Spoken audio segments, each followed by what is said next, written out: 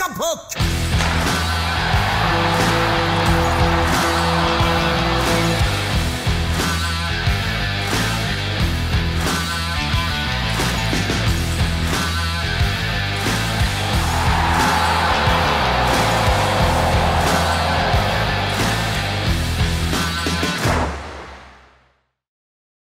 Welcome back to another episode of Tugga Puck, and today we are speaking English.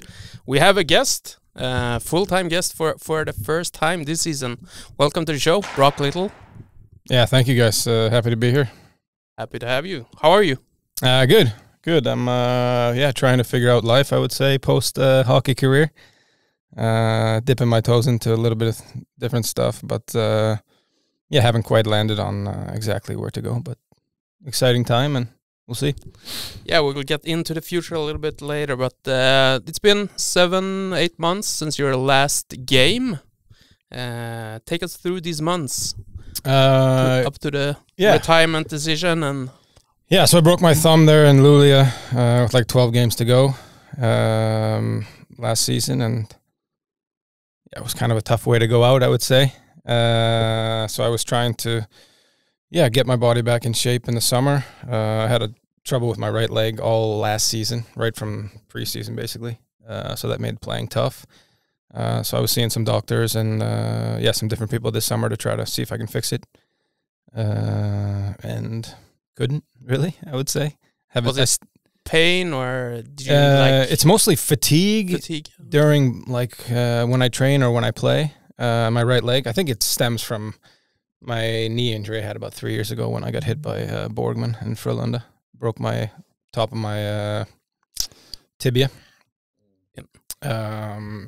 So I think over time, the body's just kind of breaking down a little bit. And we haven't really figured out exactly what it is yet. But I felt in the summer, Linköping was offering me to come and try. But I felt like I only wanted to show up if I felt that I could be the player that I've been most of my career, and I didn't feel like I could do that.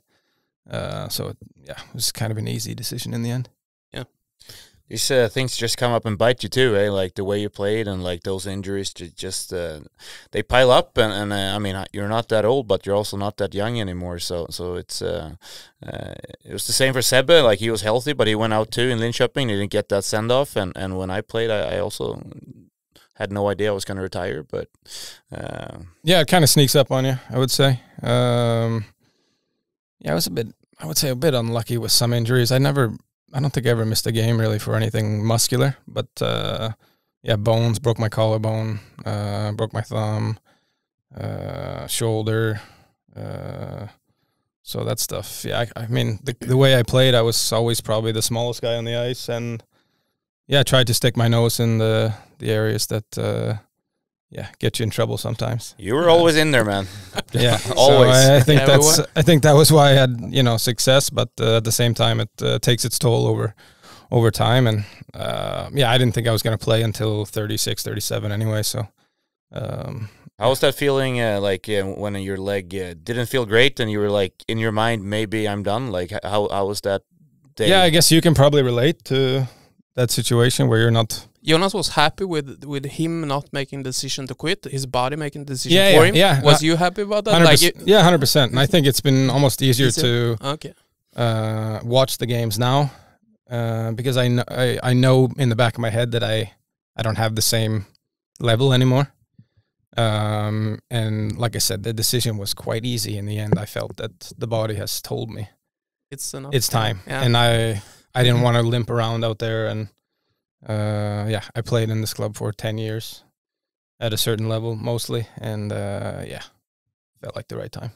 Yeah, I just remember telling my dad, like, I'm done. Like, I have so much pain. I don't want to play anymore. I'll just get into quitting. And he was the one crying. I was like, I'm completely fine with this. Like, why are you the one? You just started. You just started. Yeah, what's wrong with you? Haven't you seen me play the last year? I got so much shit from playing. Like, I might as well be done. Yeah, and I don't know if, from my perspective too, the difficulty that we've had here for years, I think takes a toll mentally as well.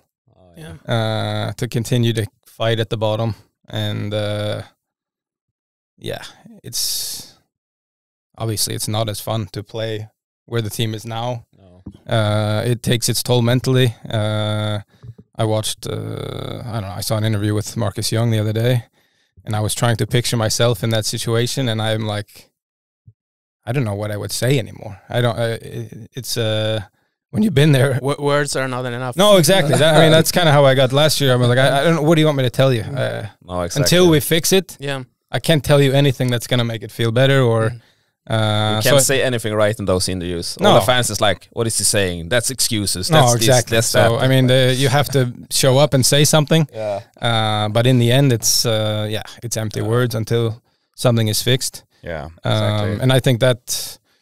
Yeah, 2 years ago when we went back to the playoffs, I had a renewed energy, and it was awesome. It was fun to play those games again. But then, my body kind of fell apart, and we were back down in the shit, so to speak, again. And it kind of sucks the life out of you a little bit. You also had some really good games there against Skellefteå. You could easily have won that series. So it was a lot of bounces, and Söderström was playing really well in that net. So. Yeah, I think it was quite even. If not, we played better in some matches, but it is what it is. Yeah, it is.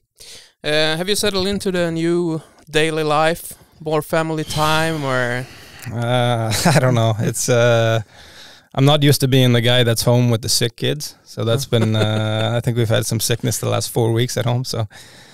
Spent a lot of time with the kids, which has been nice. But it used to be I'm headed off to the rink, and good luck. Are you showing up on Sundays on skridskoskolan? Yeah, that's my new life. Yeah, working on my back, that's for sure. I think when you're tired too, you need to find a way, because if you're home too much, you're gonna think they need you to send you away somewhere to just get that quiet time without Broc, you know? Yeah, for sure. And they're not used to having you home. No, and I would say that's probably the thing I miss most about the hockey so far is just the routine of it, and I mean, cliche, but hanging out with the guys in the locker room and the day-to-day competition, and that's hard to replace, I would say. I heard you picked up a new hobby. Yeah, cycling. Very into cycling now. Is it like the road or mountain bike or? Yeah, so far it's road. Road. Yeah. Road. Yeah, I'd like to get some additional bikes, but we'll take it a little slow. It's an expensive hobby when you get into it. Jonas, you invested in something for like 30,000 crowns. Are you using it? Yeah, Broc looks like he's in better shape than me, but I was at the gym one day, and this does not happen all the time anymore. And Broc is frequently going to the gym. And then I saw the new bike on Instagram, and I was like, Broc, you got a new hobby? And he introduced himself like a cyclist.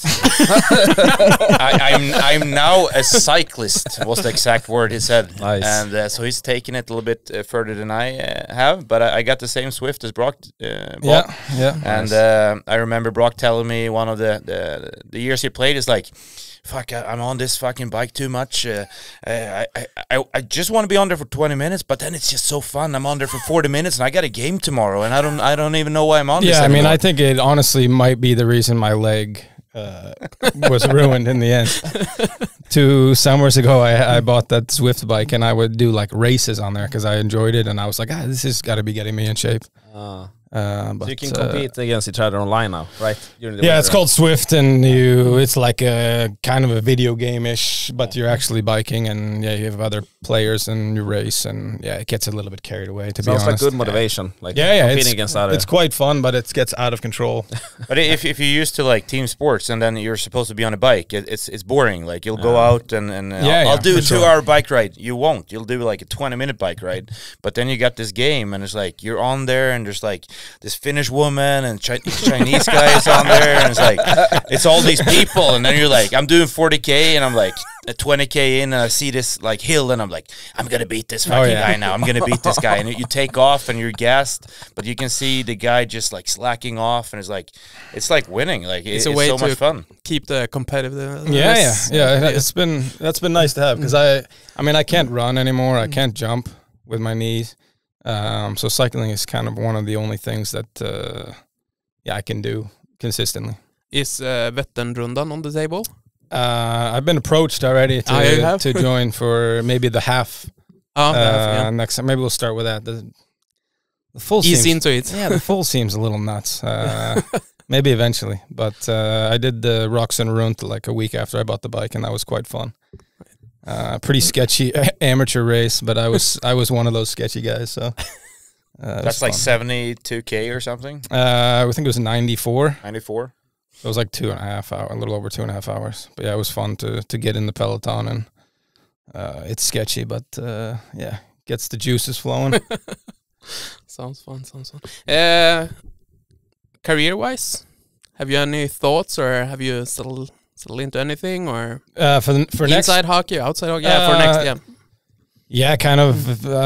Any thoughts? Thinking about it 24/7, I would say. Yeah, I like the hockey. I mean, I'm working with the gymnasium guys a little bit 3 times a week. I just came from there this morning, helping on the ice, and then yeah, we'll see whether it will be some coaching or more behind the scenes scouting, stuff like that. Agent, I don't know.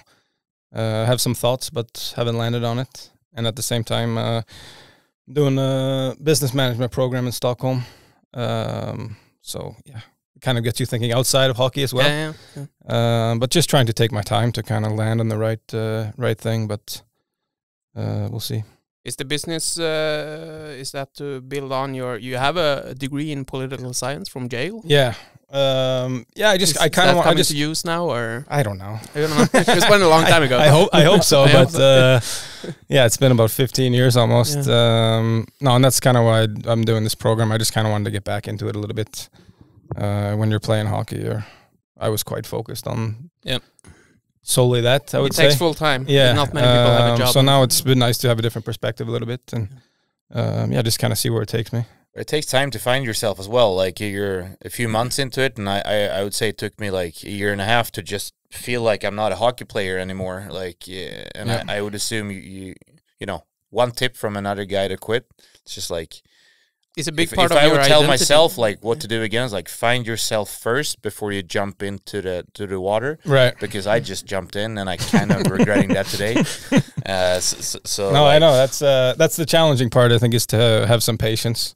I think I get a little stir crazy at times to do something, but yeah, I don't know. At the same time, you don't want to commit to something that you're maybe not passionate about. And there's a spot in Östergötlands TV Pucken next year. You can grab that if you want to. Perfect. I'm out. Jonas, can you put in a good word for it? I think it's one of those like if you want to, you can do it because it's just an opening is always open. But yeah, it's. I mean, even I did it. Timon did it too, and me and the 15-year-old kids is not the combination I need for my future. Okay. Yeah, I really liked it. But, yeah, whatever. Is bartending an option? I got a question from a listener. Bartending? Yeah.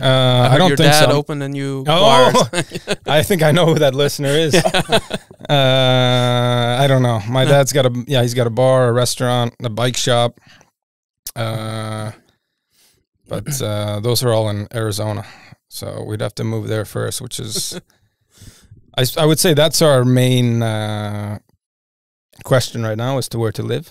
Yeah, Sweden or America. Yeah, we're having that conversation on a daily basis, I would say.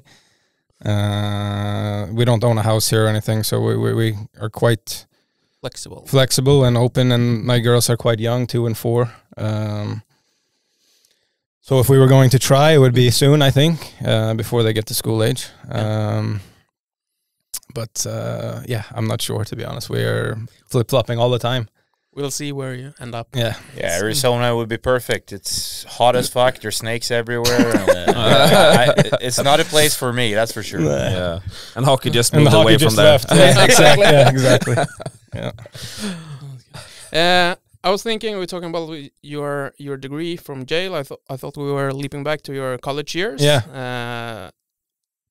Yale being an Ivy League school got me a little bit interesting. Like, is the sports program as prestigious as the education side, or I think it goes a bit up and down. I think when I was there, I committed to go there 2007 or 2006, and they had won like 4 games the year before.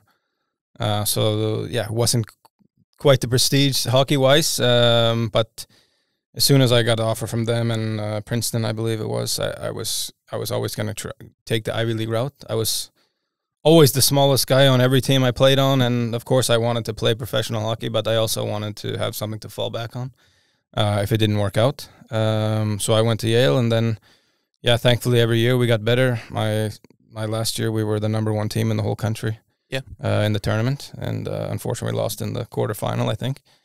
But you play like regional and then national, right? Or so you have your like separate conferences. Okay.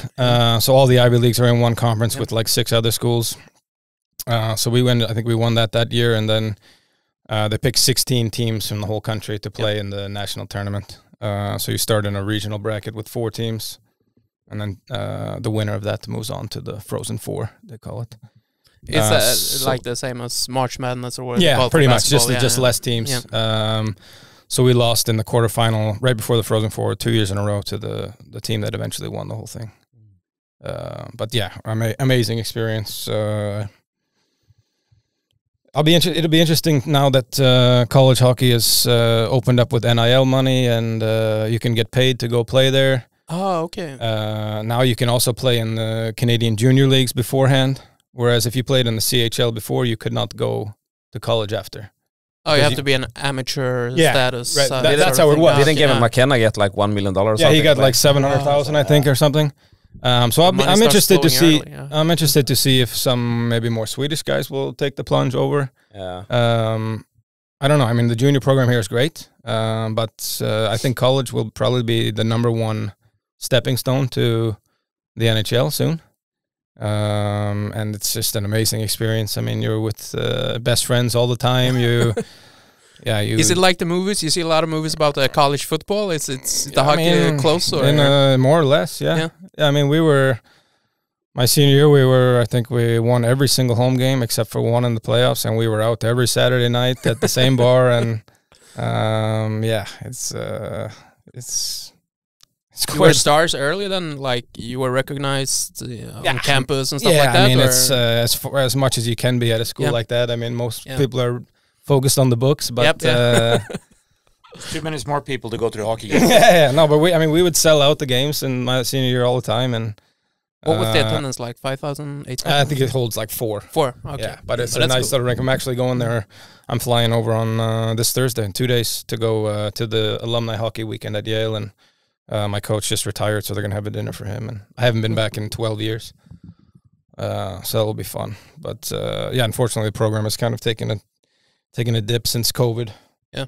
The Ivy Leagues were quite liberal around the COVID times, and it took a toll on the hockey programs.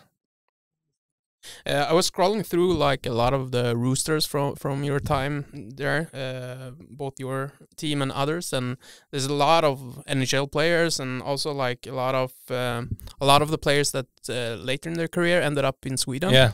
Did you like lead the way since leaving early, or have you gotten a lot of phone calls during the years asking about Swedish hockey from? A little bit, but.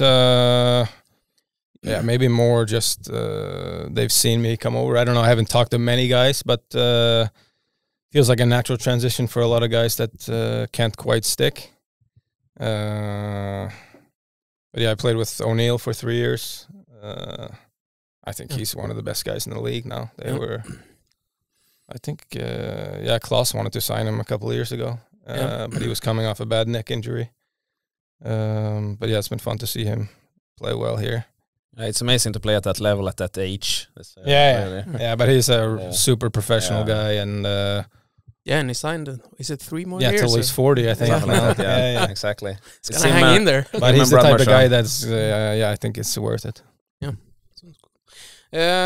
So after college, how do you end up in Sweden? Like, you didn't get drafted? No, I was I was not drafted. I was absolutely tiny my draft year. I think I wasn't. It was during that time period where NHL teams looked for size. I think wasn't it like right before the lockout, and like after the lockout, rules changes a little bit. Yeah, there was not so many young guys. There's small guys getting a chance. Exactly.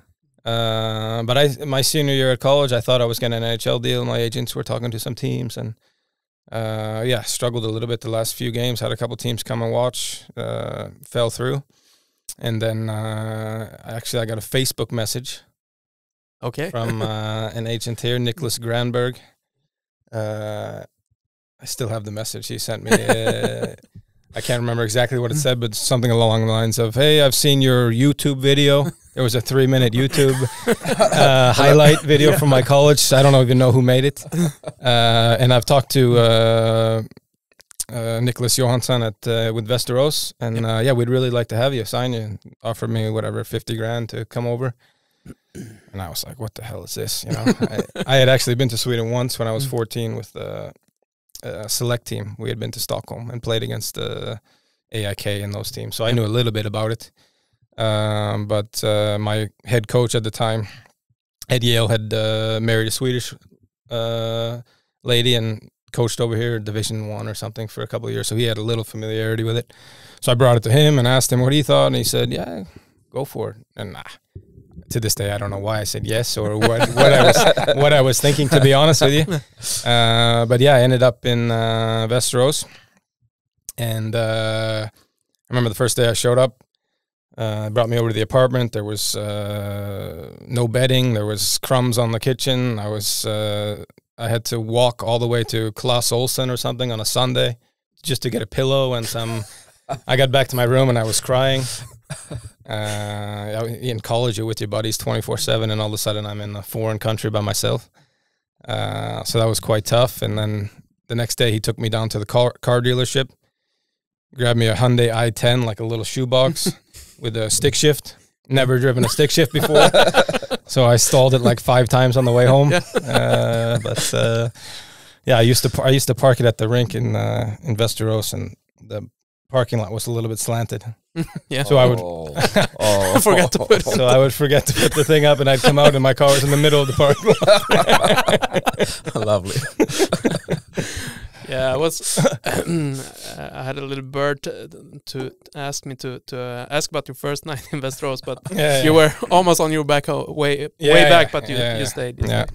That whole year was hockey-wise, obviously went really well. But it was really tough to come over by myself, and especially, like I said, from college where you're just with friends all the time. And in college, you like stay in dorms, so you have like so my first 2 years you stay in a dorm and just kind of you get random guys the first year, then you can kind of switch. And then my last 2 years we actually had a hockey house with 11 of us. So you can imagine how that smelled. Sounds like a great plan. You can imagine how that smelled and looked, and it's pretty much like the movies, I guess. Cool. But yeah, I guess I'm glad you stayed in Sweden. You moved up to AIK, crushed it there as well. Yes. Go ahead. Yeah. After that, you got some attention back home again. Yeah. So the first 2 years I was here, Västerås and AIK. I mean, I still just wanted to go home the whole time. Pretty much. You did? Oh. Yeah. I just wanted to go home. I mean, I was homesick and still wanted to try NHL. Yeah, of course. Yeah. I played really well in Västerås, and then my agent's like, well, if you do that again in SHL, maybe there's an opportunity. So I did that, and then actually my agent at the time, Bill Zito. Oh yeah. He was taking the assistant GM job in Columbus. Yep. So he said, we can sign you on a one-way AHL deal. You come to camp and see how it goes. Which in hindsight was probably pretty stupid to do that, but what a great experience though. So I went to camp in Columbus, then I went down to Springfield. There were 17 guys on NHL contracts. I was on a one-way AHL, so I started on first line, 2 games later second line. Went down pretty quick, and I got hurt. And it was just AHL was just a different experience. I mean, Jonas can attest to that, but nobody really wants to be there. No. I mean, you either want to be in the NHL or, it's just not as much of a team. You play for yourself. Yeah, a little bit. Yeah, a little bit. Yeah. What a great story though. You don't like Västerås. Stockholm is like you kind of want to, you just want to move home. You're like AIK, like it's not the team that takes the best care of the players. Right. And then you go to Springfield. Yeah, it was which is like one of the worst cities in the U.S. to live in. So you're on a streak here. Yeah, like yeah, it was ugly. What am I gonna do next year? Yeah, so I think I played like 20 games, and then Christmas came up, and my buddy Steve Moses was playing in Jokerit in the Finnish league, and my agency had quite a relationship with the club at the time, so they offered to take me, and they were going up to the KHL the next year. So that was kind of the idea was to go and try out, and then hopefully stick with the team the next year. But yeah, it was quite chaotic when I got there, and I had a tough year all around, confidence-wise, and that didn't work out. So then, the Linköping journey started after that.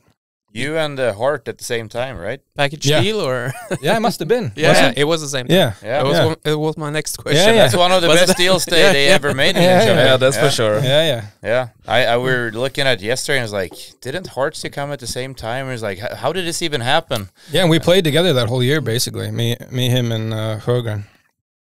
Do you talk about it before? No, I don't think so. I think that was just coincidence, to be honest. I was only in Jokerit for like 2 months, so yeah.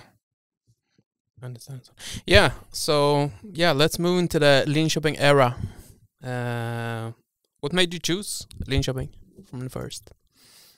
Hard to go back to that specific moment, I would say. I think it was them, and I think Brinus was also in the mix. But I think Linköping was playing like some fun hockey at the time.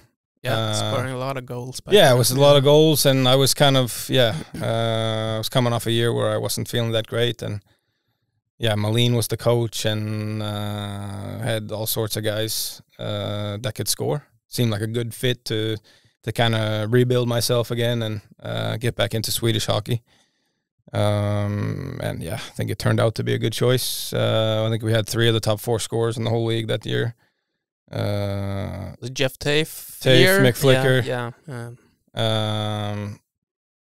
We had a lot of fun, and Roger was a fun guy to play for, especially when you're trying to score, you're trying to get your confidence going. I mean, I think he's amazing at that. And I see his name floating around all the time now. We're coming to that later, but do you think that could be a name now, like advisor for Linköping? I think, I could see it for sure. I mean, I think he just gets you to feel good. I mean, I don't know how. I mean, he's just kind of being himself, and but especially with the amount of skill guys and stars that they have, I think they're missing that confidence and playing loose. And I mean, Junland can tell the stories of him, Malin as well, but got a few. I wish you can't really tell all of them. No, you can. I dropped a few. I told them over a beer, but I don't know about here. But he has that thing where, like, because I had the same experience. I got fired in Russia. My shoulder gave up in Finland, and then I came home, same as Broc when he came from Jokerit. And he has that like mindset of like make you feel good, and it's not all about hockey. It's like he finds a way to get that confidence back, and then the hockey just comes. Yeah. And then he needs someone on the side to take care of the hockey stuff, because at times you'll be like, he's walking in with a McDonald's bag 5 minutes before practice, no collars for the practice, and it's like there's things like when he had Tugga, like it was a better mix, I think. Yeah. But like what a guy, and I think Broc has a lot to thank him for, and I know I do as well, because I had him twice when I was young, and that time when Broc came as well, and he really like put that energy back into a lot of guys, and like a lot of guys had career years playing for him, and they weren't that good ever again. Yeah, he just made it fun, really. I mean, that was the biggest thing, and I think it was like going back to basic, being a kid, having fun playing hockey, or but it was also just the day-to-day like dumb shit that he would do, honestly. Like, just kept it loose. Like, you don't get stressed out about it. I mean, I don't know. I think he's, I we had a really good team that year, and I think it fit his coaching style to let the skill come out. And I think we beat Tove in 6 games in the first round, and then we came up against Skellefteå, and I was like, this is going to be tough. Yeah. Because they were kind of the machine structured, and we were kind of like rock and roll, run and gun, let's play hockey, and we could win 7-1, but we could lose 7-1 the next night. So when we came up against them, I don't know if Jonas agrees, but I do. But I remember the team had as a like era of amazing team. Yeah, right? yeah, the guys. Was their era to win Yeah, games. they were. So it was NHL. fine, and like it was tough to beat them. And if you want to win like that, that's a level where a lot of players never end up, and Right. they were doing it for year after year. Yeah. But that team was. When I look back, I don't know what Brock says about it, but when I look back at that team, like I don't think I had more fun as a hockey player and as a teammate in maybe any other team. No, I would agree. That year, yeah, I would agree with that. I think that year and the next couple were pretty good. Yeah, we were top 4, top 3 in the league all those 3 years, and we were going out every Saturday having fun. Like, yeah, nobody cared. Nobody cared because we were winning all the time. We were You won the scoring title one of those years, also, right? I won the goal scoring one year, and then I lost to Lindström with like 2 minutes left. I had a bonus in my contract, and we had nothing. Oh. We had nothing to play for. Again, we were playing Frölunda, 52nd game of the year, and we were locked in like 4th or 3rd place. And Tanjas knew about it, so we got a penalty shot, I think, in the first period. He sent me out there. Yeah. I was down by 1 point, but if I tied him, I had more goals, so I would have won. So anyways, I get a goal in the 3rd period to take the lead, I would say. And then I'm kind of like looking at the scoreboard, and Skellefteå has 0 goals the whole day. Then like 2 minutes left, I see one pop up, and it's him. and I'm like, oh boy. So then I went in and I checked my phone, and he like rimmed the puck behind the net, and I think a lot of the success that the guys had after that too, like from Roger Melin, was like Tugga also brought, I think, that like feel good feeling. Yeah. Like he could talk to a player in a friendly way. He could still be professional more than Roger, but he had that like mix of like you need to connect to the guy. Yeah, and I think that's what makes him still successful. Yeah, 100%. And I've listened to you talk about him a little bit on here and some other places, and I think he's an amazing coach. Really, he has that personability, but at the same time, he'll give you a kick in the ass when you need it. Yeah, and that's just. I mean, I've played for a lot of coaches. Goes without saying here, but I think his mix was the best. He was, he'll give you a pat on the butt when you do something really good, and then he'll give you a kick when you need it, And I think that's a really good balance to have, because as long as you are, telling guys good job here and there, and you feel good, then you're open to criticism or open to, some harsher words when it's necessary. So both a whip and a carrot. Yeah. It's a sad thing for Linköping because like the things were going well. Like we lost against Skellefteå, and it's like we had good teams going, and like guys wanted to stay. And Tugga, I think he was kind of into like staying as well because he did all the research. He was coming up, and he wanted to be a successful coach in Europe. And if you're a Linköping supporter, I would say that 2016, around where Tugga left and a lot of players left, was.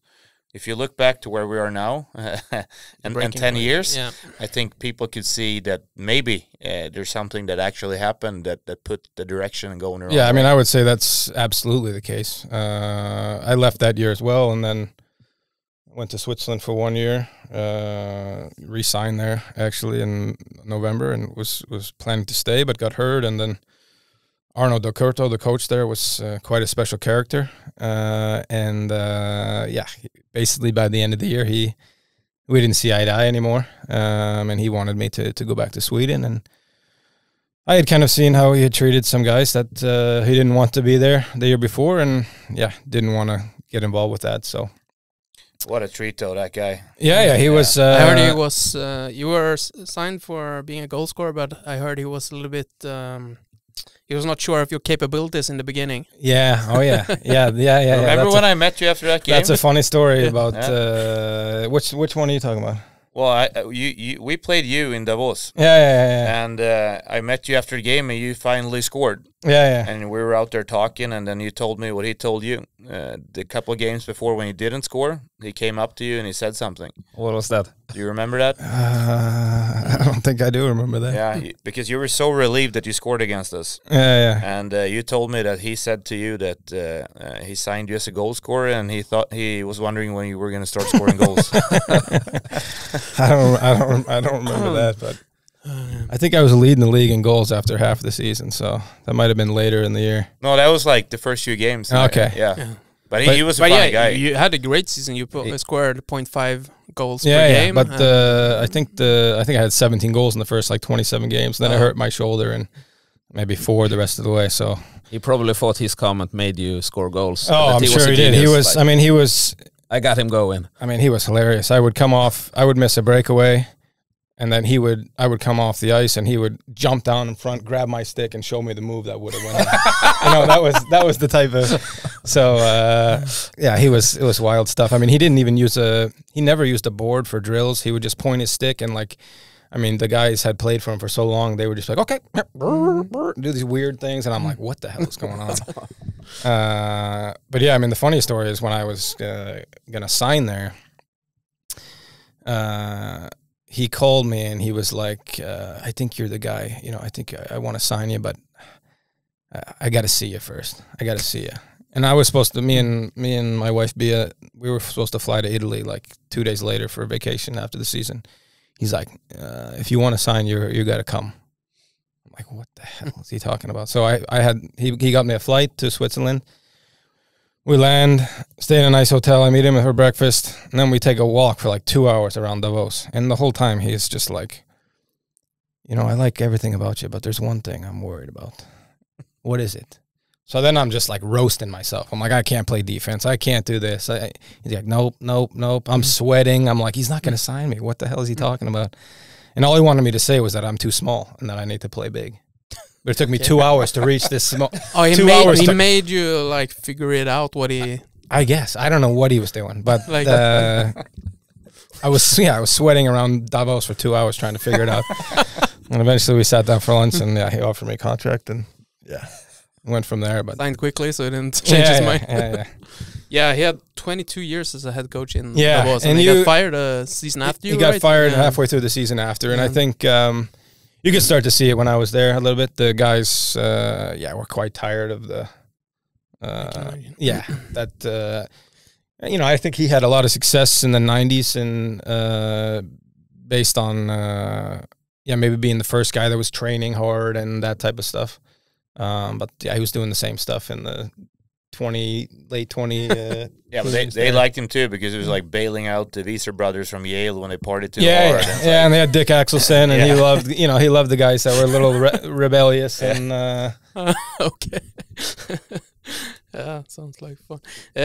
During a year in Switzerland, you got to play in the Olympics as well. That must be a hell of an experience. Yeah, that was it was definitely a career highlight for me, especially just because all of my professional hockey was in Europe.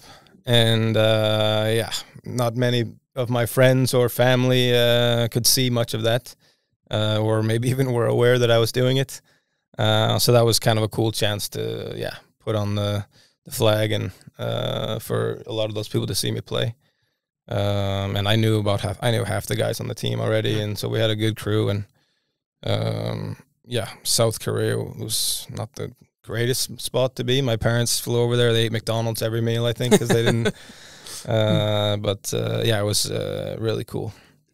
Sounds cool. You got to do it with some friends too, right? From Linköping? Yeah, Rosie was there. Chad was there. Billings. Brian O'Neill, who I was talking about, we were roommates. Arcabello, he was a Yale guy. It was a fun crew. I can imagine.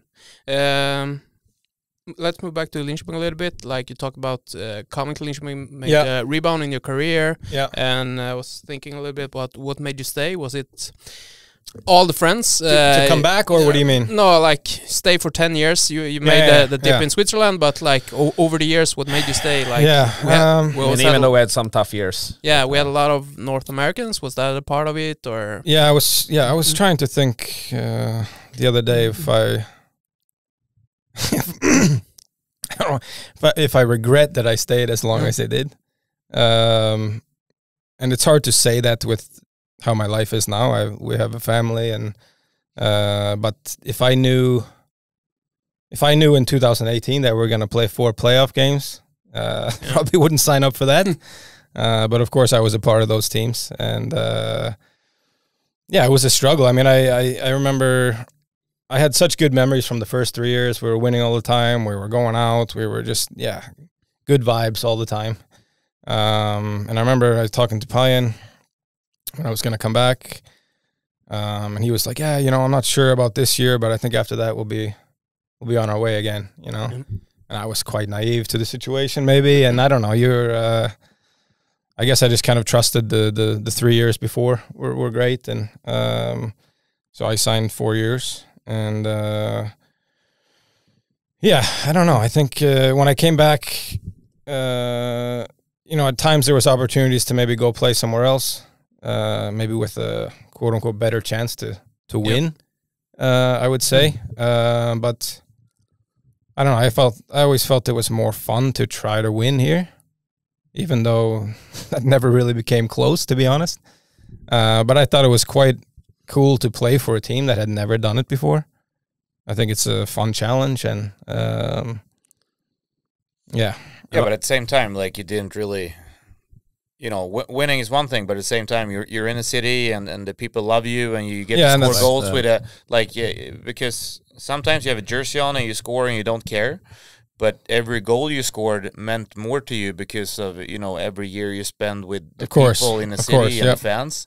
So I think it's also, you can't put a price on that feeling if you compare that to winning as well. No, 100%, and that's, I mean, I could have went to Örebro that year for quite a bit more money than I got in Linköping, but I felt it was Örebro is shit. But no, but it was it was like I had already kind of started something here, and it was fun to. I mean, it's the legacy part as well. Yeah, 100%. At least Payan told me that when I came back, because I stayed a few more years in Switzerland, at least he told me we're trying to stay in the league, and it's going to be shitty for a few years. Don't tell Broc. I never got that straight of an answer. Unfortunately, you can see in the standings we're dead last, and it's not looking better at all.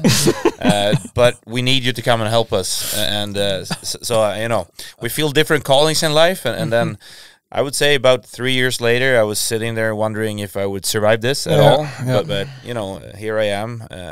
I think I was quite naive to it when I was a player. Like, I don't know, always optimistic every year, but the optimism usually faded pretty fast. Well, I mean, you had these things as well when Monster quit the Monday before the season started, and like you had things that always brought you down when you played in Linköping for a few years, and like that takes a toll on your head, and then like you weren't sane. Like it was so bad for such a long time that they made us mentally sick.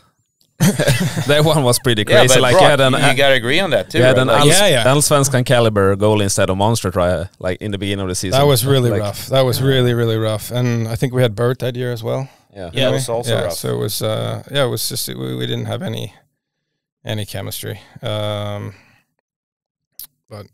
it was rough there for a bit. Yeah, but also like when you're done a couple of those seasons, like where you went shitty.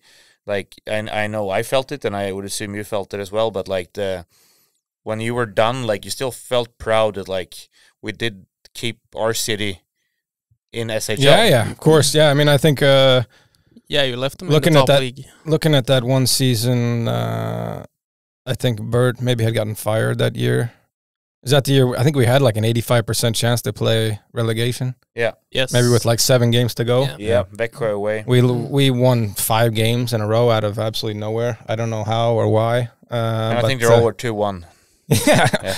But I remember having a few beers after in the locker room just after that game. I don't remember what game. I think we had like a game left, but it was I don't know. Breed again. Kind of sad that was what we had to cheer about, but at least it ended in that way. Yeah, it's a sense of pride. Like, it's not something you need to celebrate, but it's a sense of pride that you help something that you care about, because you do care about the jersey you play in. So it's, of course, it's a weird kind of winning feeling.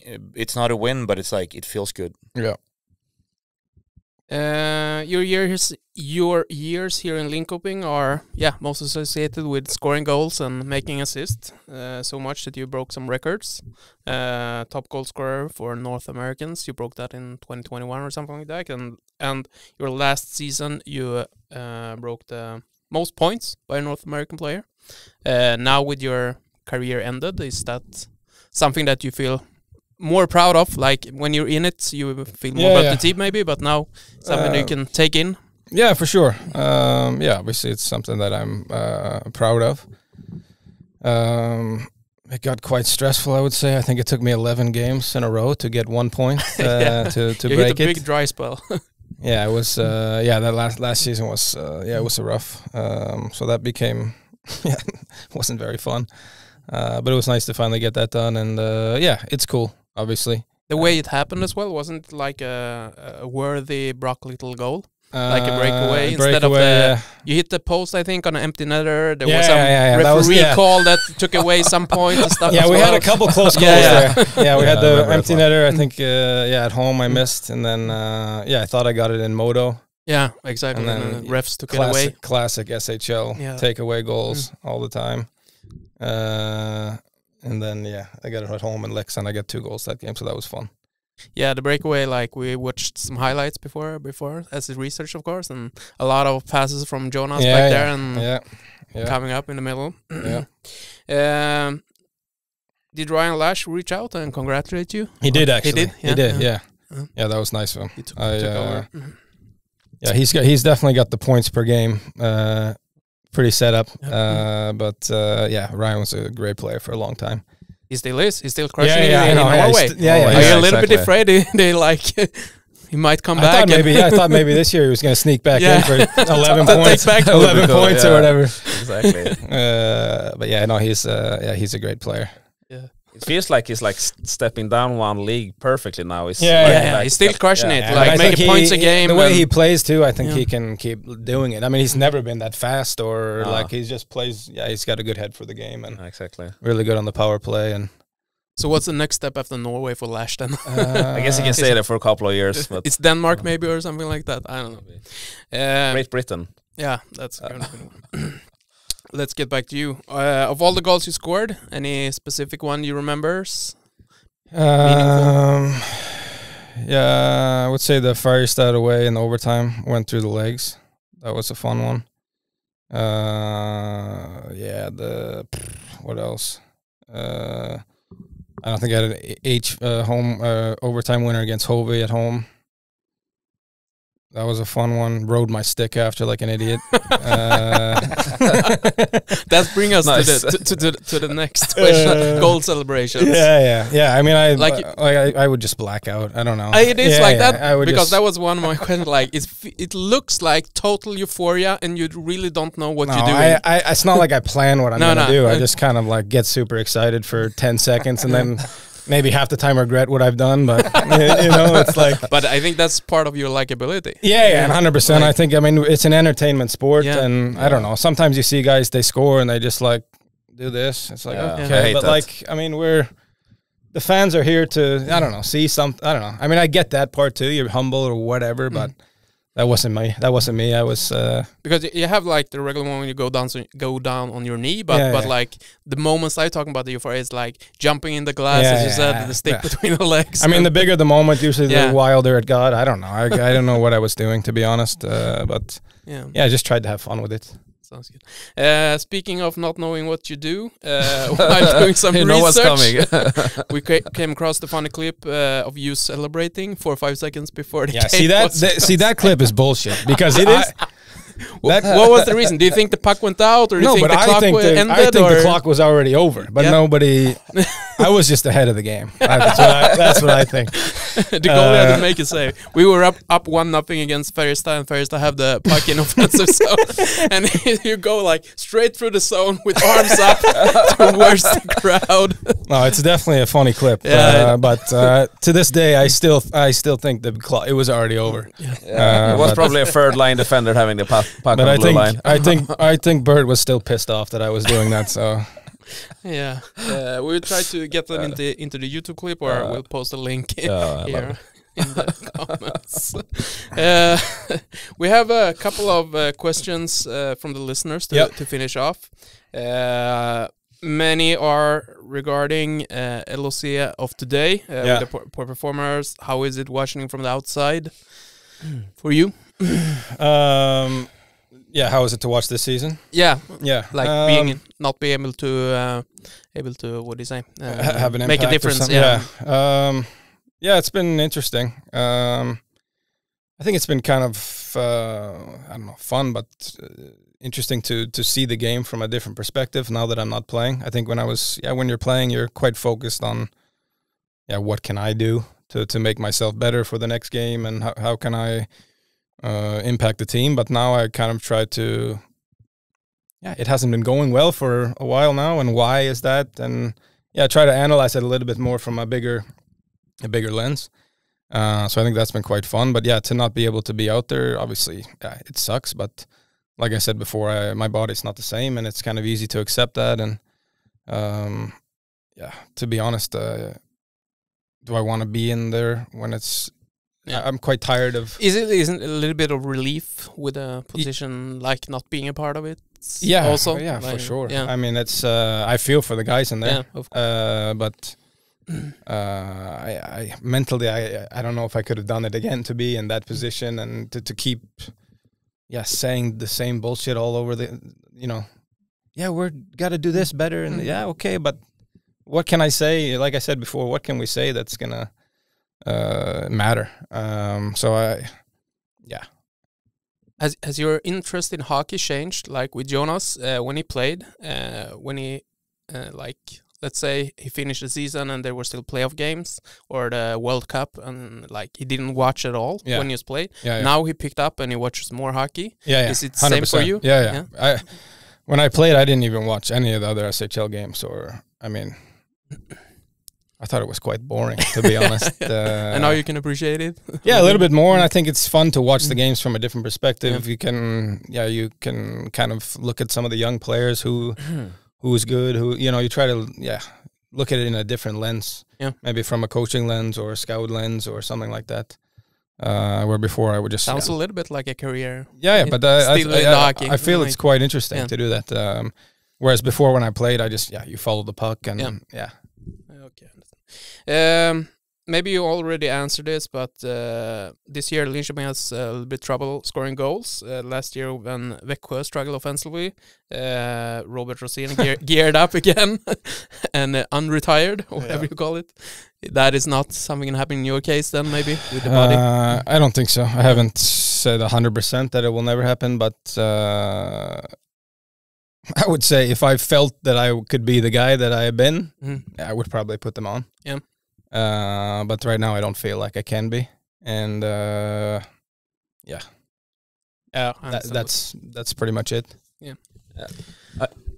Are you reaching for a? I was just someone gonna ask me, or I have a question as well. I've been using your old stick when I was coaching a couple of years ago, and I noticed the curve on your stick is pretty straight there, and I know you're really good around the net and everything like that. Have you always had this straight curve, or what's the I mean, I've had that as my standard curve pretty much my whole career. I think in Västerås I used a different one, but pretty much always had that.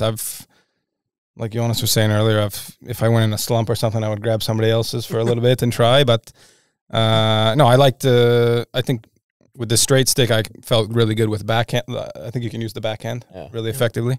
You see Crosby uses pretty much a similar curve. Really good on the backhand, catching passes, stick handling is good.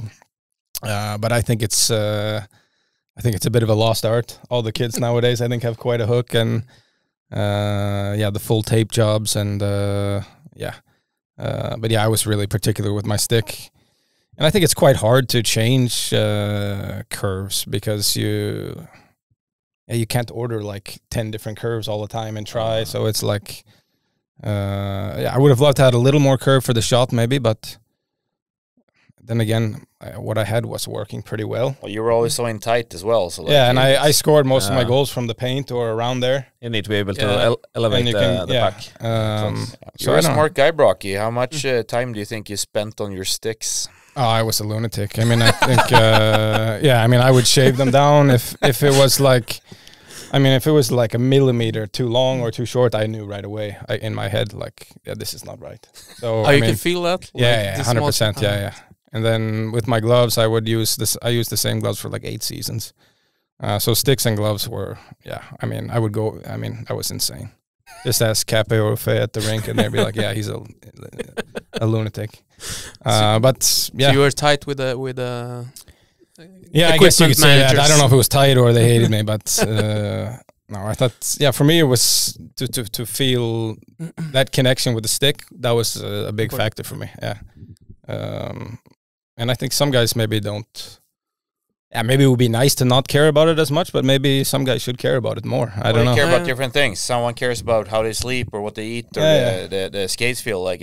I think that's what makes you play at a higher level than most people did, because you had something that you put a lot of time and effort in, and it meant a lot to you, so it translated to your game. Yeah, and I think it's something that like it can give you confidence in situations where you need it. Like you go back to what has worked before. So I would I had marks in the inside of my locker when if I got a hat trick, I would put a mark in the how high was my stick. Yeah. Okay, maybe if I'm struggling, I need to go back to that. And it worked before, so maybe I can work again. How many sticks do you use for a season approximately? I was not so bad. I mean, I didn't shoot it that hard, so I didn't break too many sticks, but I would have. If I found one, I would like almost not practice with it because I was afraid to break it. Oh, okay. I feel like you were one of those guys too that like saved the stick every now and then to just like you would bring one from home because I saved this one from 2 years ago when for important games or stuff like that. A lot of times it was just for the height of it because I didn't want to lose that. Okay. But yeah, I mean, I was using like 2 years ago, I was using the Olympic sticks from 2018 because the new ones that I got, I hated. So I went back to those. They were like twice as heavy and but I felt good with them. Boys, here it is. Pretty good. Last year I was using a stick that had a full team autograph on the bottom. Wow. It was my last Olympic stick with everybody on the team had signed it. Yeah. So you kept it for memorabilia, but it turned out it was the last one. It was the last one I had, so I pulled it off the wall and put it. You wanted to win more than keep the memory. Yeah, it was just I would do whatever. Dedicated. I love that. So we reached our charity event. What do you call it? Charity part. Henke Sonka. So we're gonna let you pick a team to win SM Guld this year, and we're gonna give you a double. You're gonna get Linköping as the long shot, and then you're gonna have to make a pick for yourself as well. I'll take Rugle, BK. Rugle? It's a pure Tugga's style. Done Tugga's boat. Yeah. Thanks a lot. We put 100 on that, and hopefully we'll make some money for Berta Kamprad's Cancerstiftelse. Awesome. Any final questions for Brock? Not at this moment. No. Oh. It's been a great hour. Yeah, for sure. It's been fun going through your career. You had a great career. Thank you. Thanks a lot for being here. Yeah, perfect. Thanks guys. Appreciate it. Thank you. And thank you to all your viewers and listeners. We'll be back next week with an episode in Swedish again. Tugga Puck!